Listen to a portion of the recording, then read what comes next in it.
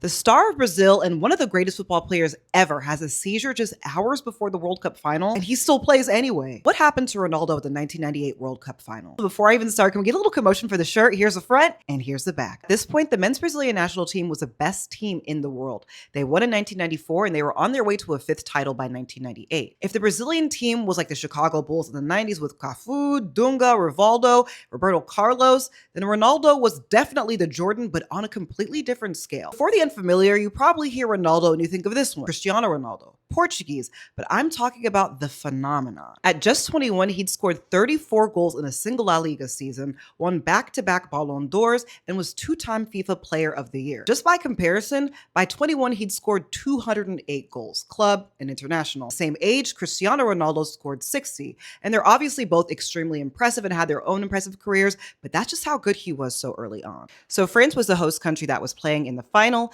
and even with the stacked team with players like Zidane, Thuram, Desailly, and Laurent Blanc, Brazil was the obvious favorite to win. So fast forward to 12 juillet 1998, 2 weeks before my first birthday and the day of the final. The team does light training in the morning, has lunch, and goes back to their hotel.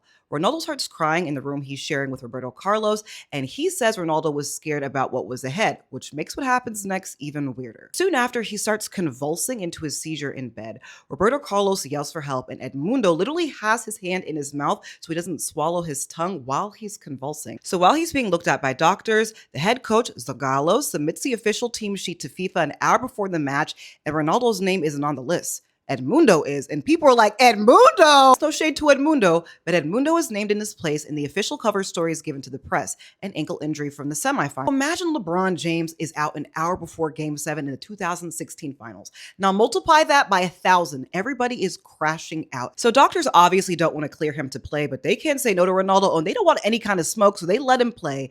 And about 40 minutes before kickoff, Ronaldo shows up to Stade de France and tells Zagallo he's ready to go. So he plays, and this was not, a Jordan flu game. This was not a good game for Ronaldo or Brazil, at all. The man just had a seizure. His teammates thought their friend was about to die, so it makes sense as to why people describe them as sleepwalking through the final.